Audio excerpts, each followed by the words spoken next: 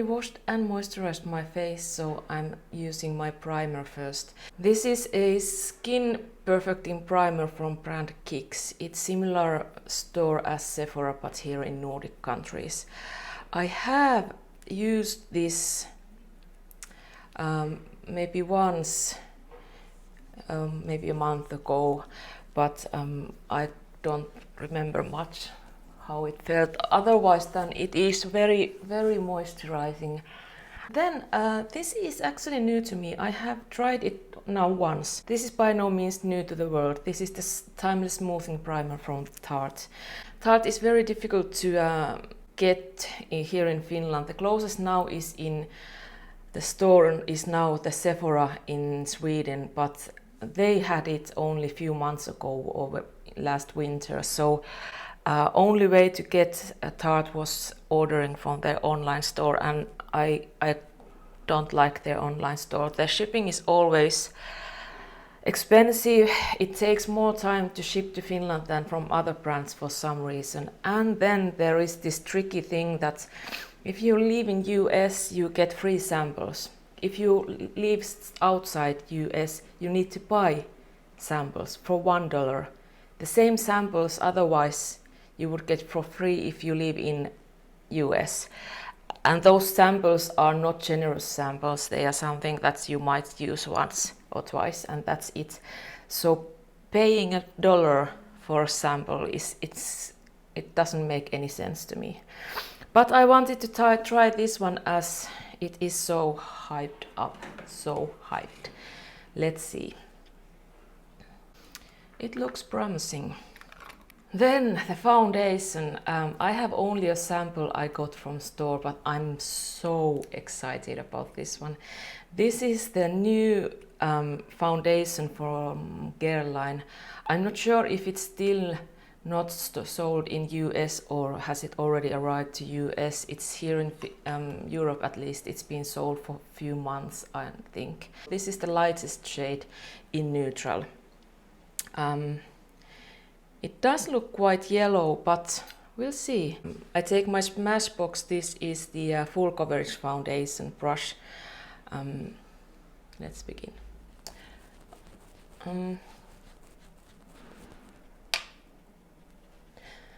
This is quite thick consistency. I put it on my hand and it's not at all runny.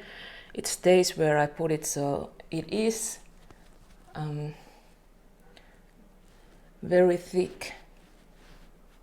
It's still not dry, which I'm happy about. I didn't want anything drying, and it's supposed to be, I don't remember, it's not glowy, but it is moisturizing and gives you a fresh skin and everything a mature skin would want.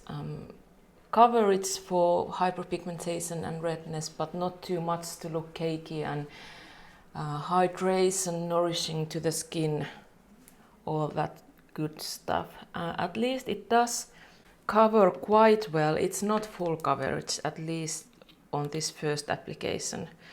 You do need quite a lot of this product. It might be also that this brush is now clean, so it takes in more product than next time when I'm using it. This is so interesting formula. It really stucks where you put it, so that means that you need to be quite quick. Don't apply it everywhere on spots and then start blending it. You will be in trouble.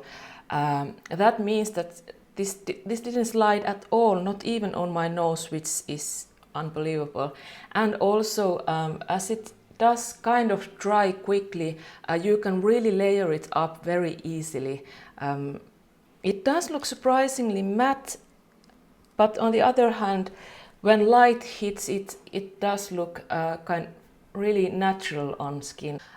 It does look just a bit makeup-y on my skin at this moment, but I think it's one of those that which need to kind of warm into your skin. I'm tapping now with dry sponge, which I sometimes use. Just test if I can kind of press it to my skin even more. So let's move on. I have an interesting concealer. This is from IsaDora, and this is a light up brightening cushion concealer, and I have the shade 01 Porcelain. When I first tried to apply it, there was a lot of, I don't think, maybe water or something like that, very, very liquidy something, so I had to kind of take that off. Now it seems that it is more as it's supposed to be. This is still a very, very wet concealer. Interesting formula. This is very unique to my experience. I've never seen as glowy concealer as this. This is almost a highlighter glowy. There is definitely this, I wouldn't say silvery, maybe pearlescent glow in this one. And it's not full coverage, it's light coverage, so this is not the best one with this foundation. So I'll add just a little bit of this Essence Camouflage Healthy Concealer.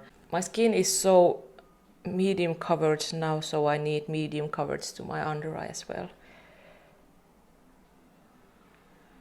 I'll prime my eyelids at the same time with this Essence foundation. I usually use other concealers to this, but now that we have it, so let's get this done. I used my Becca under eye powder, and it certainly did take the wetness away, and I used just the tiniest amount of powder, so right now it looks really good, really thin layer but still kind of fresh. I want to retry this watercolor blush from Lumene. Last time I tried this was when I was testing other Lumene products, and my makeup was already really glowy and kind of juicy and everything. This blush was kind of disappointment then, but I wanted to try it with something more matte foundation to see the real power with this blush, so let's dig in. Well, I can see a bit more pigment now that there isn't that glowiness. Last time I had so glowy skin that this kind of was hidden among that glow, but still this is by no means pigmented blush. Still it is very, very sheer, so I want to use a little bit other blush as well. And that will be from Cora Cosmetics. This is their lip and cheek tint, the shade Poppy. These are great products because you get a lot of pigment and they are really nourishing to your skin. And there is multiple uses as lip and cheek products, so these are very handy. As I don't have any new cream highlighter, I'm going to use my old from RMS, and this is the shade Peach Luminizer. I really love this. It's so beautiful and natural on skin. I'll do quickly my brows with the Lily Lolo brow pencil I've been loving since I tested this in my Clean Beauty video. So here is the face and brows. I don't think I'm going to use any bronzer today. We'll see in the end. The eyeshadow palette I'm going to use today is from Essence, and this is their very own palette. This is, I think, quite new. And as you can see, it's dupe-ish at least to the Urban Decay Cherry palette. The Essence eyeshadow formula has lately been so good, so I have high hopes that this one is also the same formula as the latest one. So let's dig in with this. I'll start with the lightest shade just for the fun's sake. This is just slightly lighter than my skin. Oh, it's okay. Oh, these are very powdery. I'll take this third shade. It's quite peachy shade as kind of transitioning my transition shade. Kind of. Oh, there is pigment. There is pigment in this one. It does kind of fade away when you're blending, so it's something that these more affordable eyeshadows do, but you can easily build this up, and the good side is that you don't have to worry about putting too much eyeshadow on, because you can easily just blend it away if it's too much. Then let's hop into the cherry shades. I'll take this bit lighter matte cherry burgundy berry shade. There is no names in this palette, so we have to deal with this. And I kind of take this to the lower part of my transition to deepen that up. Then again a bit darker, the third lowest. I use the same brush, only the other side. This is something I always do. And then I start to build it up to the lower part of that gradient, and then take it to the outer corner of my eyes as well. These two shades are basically the same. Then with the round brush I'll take the darkest shade. This is quite cool toned brown, just trying to deepen up this outer corner.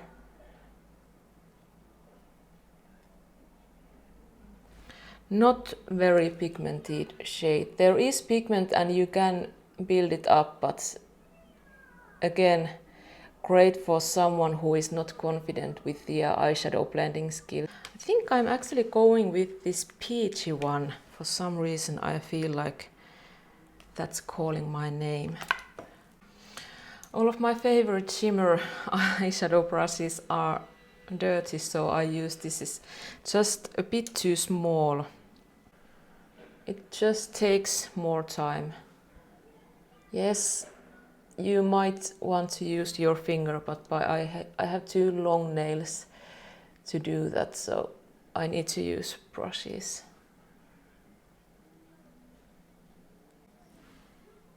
It is a beautiful shade, and there is a little bit of shimmer. Nothing blinding, at least when I'm using this dry. But this is something I don't want even more blinding when I have this kind of everyday look. I take the lighter berry shade again. This is a MAC 221S brush, which is my absolute favorite on blending under eye shades. As you can see, the pigmentation is really good. I only took once, so there is quite enough. You can really build this up. I take the darker shade just a little bit to deepen it up. And then I'll take just a tiny bit of the brown shade and I put it only to the lash line, so nowhere else.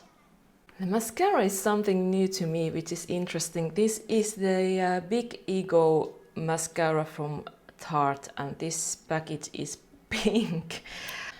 This is supposed to be very volumizing, so that's not typically the type I like my lashes to be, but let's see how it looks.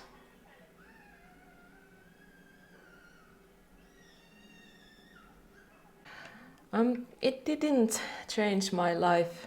The formula is really dry, so I had to work it to my lashes quite a lot, so not a great impression. And this kind of shape of the brush is not my favorites, because I have quite small eyes, so it's difficult to use. You really need to boldly kind of brush it into your lashes, and then it does give my lashes a volume for sure. I purchased also from Essence. This is their kind of nude series, and this is the lipstick number 3. This is me. I've been looking for nude lipsticks for a while, and it's surprisingly difficult to find good nude shade for my skin shade, especially when I want to lean to the more brown side, not to the peachy side. So I have high hopes with this one.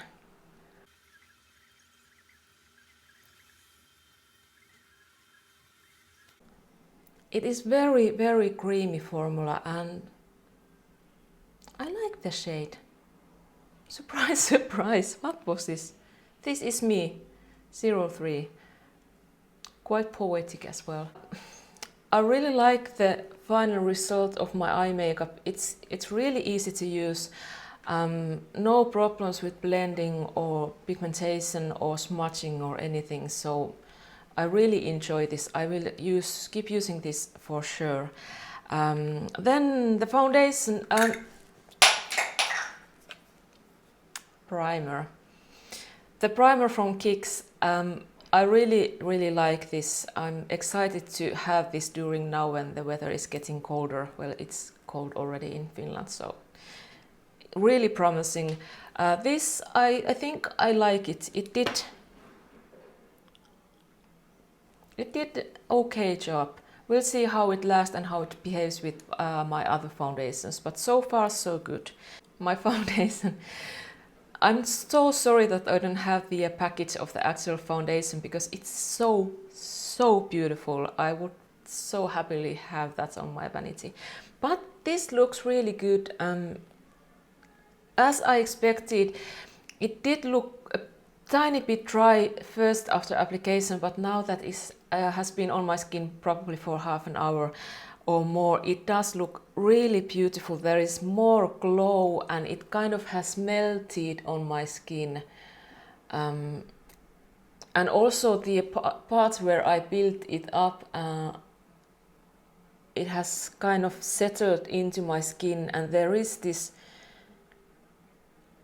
beautiful glow. I like a bit more this Lumene blush, still not my favorite, but I like it more. I knew already that I like these lip and cheek tints from Corento, so I really enjoy this one. What else is new? The mascara, it's okay. It's okay. We'll see in the evening how much it smudges on me. Everything can happen with me and mascaras. Oh, this concealer. This is interesting. I do really like how it looks on my under eye area now. I think next time I'm not going to powder it, although it is very glowy. I want to see if it settles or something like that. But I like how it looks and how I really like how it feels. It's not at all drying, which usually concealers are, so I have high hopes. And this lipstick, I really love the shade. This is really good nude brownish shade for my skin tone. I think I'm not going to do a check-in later today, but I'll leave my comments of if this mascara smudged or how my foundation looked or anything like that. If you want to see a full wear test of the foundation with check-ins, let me know. I can for sure do that. I think I'm going to purchase this foundation probably, but we'll see. Well, that's it. If you have found any great products lately you want me to know and test about, leave me a comment. But that's it. I hope you have a great day and see you next time. Bye bye.